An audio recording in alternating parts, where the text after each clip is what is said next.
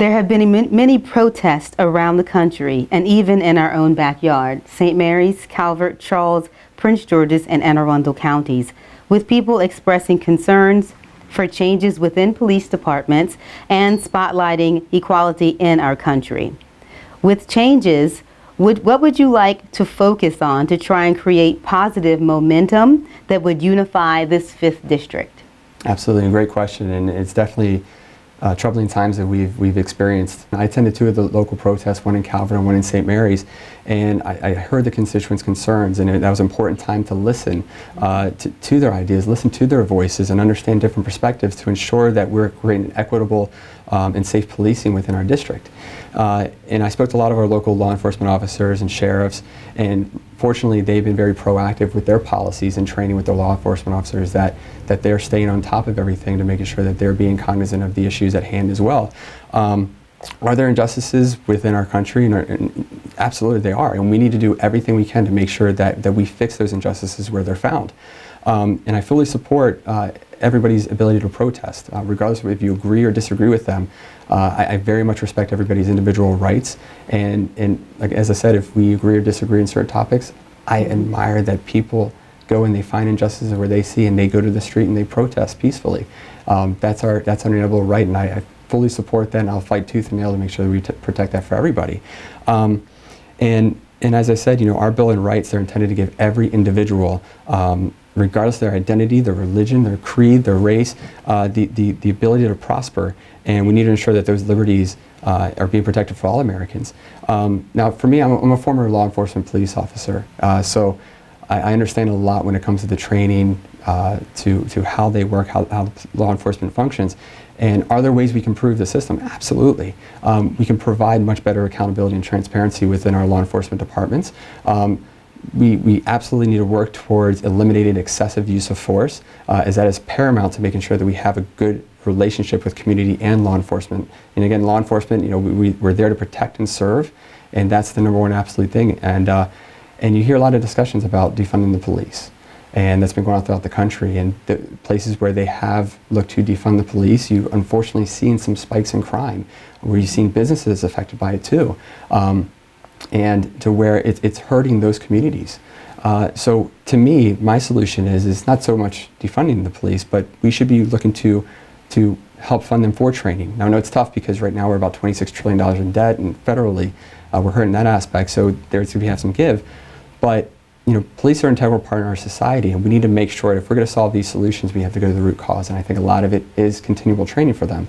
As I said, I'm a former federal law enforcement officer, and my time in the police academy, it was fantastic. We had great training. We did defensive tactics. One proposal I heard from somebody recently was, well, maybe law enforcement, when they go through the academy, maybe they should get a purple belt in jiu-jitsu. And a lot of my law enforcement officer brothers and sisters that I've spoken to, they said, that's a great idea. That's a great concept. But we did a lot of scenario-based training where they put us in different scenarios. They had different actors. They had lights and sounds and sirens to really enhance the stress of the situation, to make sure that we knew how to properly go in, calm, carefully, and de-escalate situations. And we were taught verbal judo. And these are those kind of training mechanisms that, if you reinforce those over time, that will help with the officers' mentally and cognitively be ready for the job at hand day in, day out. And other ideas I have too is, when I was a Capitol Police officer, when I first started working there, we started standardizing 10 codes, because we had a lot of federal departments that work right there in Washington, D.C., and everybody had their own 10 codes, so we started going to plain English. Well, maybe that's something that we can do in regards to deadly use of force. We can maybe nationalize that. I think that is something that's across the board that could be looked into, and it's educating the population, the citizens, to say, hey, this is the use of force guidelines. These are what your rights are in these situations. We need to have that discussion with all parties. But also too, another big thing is community policing, and this has been a concept that's been around ever since I was in college and prior. What can we do to better do community policing, so where you're not just seeing a law enforcement officer sitting in their car on the side of the road pulling somebody over, but you're interacting with them, you're engaging with them, we're humanizing everybody from the community and police officers. Again, police are part of the community, and we need to make sure that we're building bridges and not building walls. So what are things that we can do with that? We can promote ride-alongs. We can promote public service in a campaign to keep the public informed when policies are changed, and also have members of the community have an outreach program to see, hey, if there are certain things that they don't agree with certain policies, that here's the process to go through to change those and help benefit everybody. So we need to work on building relationships too. And another idea that I had and would like to do it eventually soon, and I talked to a few of my friends locally in the community, was, was with the whole situation that happened unfortunately this year, with the animosity between with communities and law enforcement officers, is why not have something? Let's get an event. Let's have something with law enforcement officer, whether it's a sport jamboree where you have kids involved, you have a law enforcement officer involved, maybe one law enforcement officer per team, and they compete, they participate, they humanize. You get to see that we're all humans in this, and we have to work together to strive for a better union. And so us for administratively too. Unfortunately, law enforcement officers have a high divorce rate. Suicide rates have gone up. In 2019 alone, we've seen double the amount of suicides with law enforcement officers than we've seen deaths on the field. And that's a troubling thing. So we need to make sure that we are having psychological and mental checks to make sure that, again, that they are cognitively and mentally ready for the job, and who day in, day out, is they don't know what they may experience from those. So there's a lot of different things that we can do, but again, we need to work on bridging the gaps and building bridges as a community, because I do believe police are an integral part of our society for security and stability. Is it true? Well, I think the 5th District is more unified than some districts are, that's for sure. A horrendous act occurred. And it occurred so that everybody could see it, because it was videotaped. And we saw a policeman kneeling on an African American's neck, saying, "I can't breathe," for 9 minutes. This was not a minute or a 30-second scuffle or something. It was 9 minutes of kneeling on that George Floyd's neck. And America became outraged, and the world became outraged. And there was much more talk about systemic racism. Racism that people of color, and they can be African Americans, they can be Indians, Asian Indians, they can be Asian, they can be Hispanics. People of color will tell you, and you know this, Wayne, every day people of color face racism. It doesn't have to be a George Floyd event. It can be a little slight. It can be waiting on somebody third because they can wait longer. Women experience the same thing every day. So let me say something first. What people are doing is demonstrating for justice. That's very American. That's what America's about. That's what the First Amendment is about. But let me tell you what the First Amendment is not about. People committing violence, destroying property, attacking other persons or the police. That should be no part of a demonstration. We just lost John Lewis, a very dear, close friend of mine. I walked across the Edmund Pettus Bridge from Selma to Montgomery. I didn't walk all the way with him. We walked across the bridge where he was beaten because he was walking across that bridge so African Americans in America could register to vote. And he was beaten. He did not respond with violence. He and King talked about all the time peaceful, nonviolent protests. If people are going to respond violently, if they're going to burn buildings, injure people, they need to be held accountable, as the policeman who kneeled on George Floyd's neck needs to be held accountable. So I think we need to make both messages. We have to make sure that people are treated consistently with the law and commensurate with what's happening. Obviously, if somebody comes at a policeman with a gun, the policeman has got to defend themselves.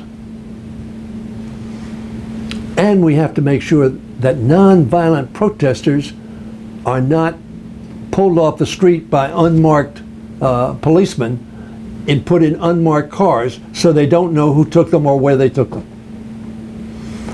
So we passed a bill.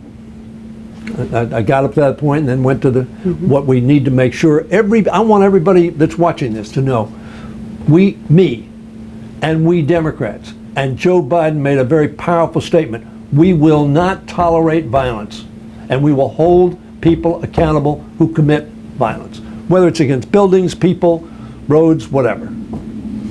John Lewis spent time in jail. Martin Luther King spent time in jail because they broke the law. And they said, we're going to break the law and we will take the consequences.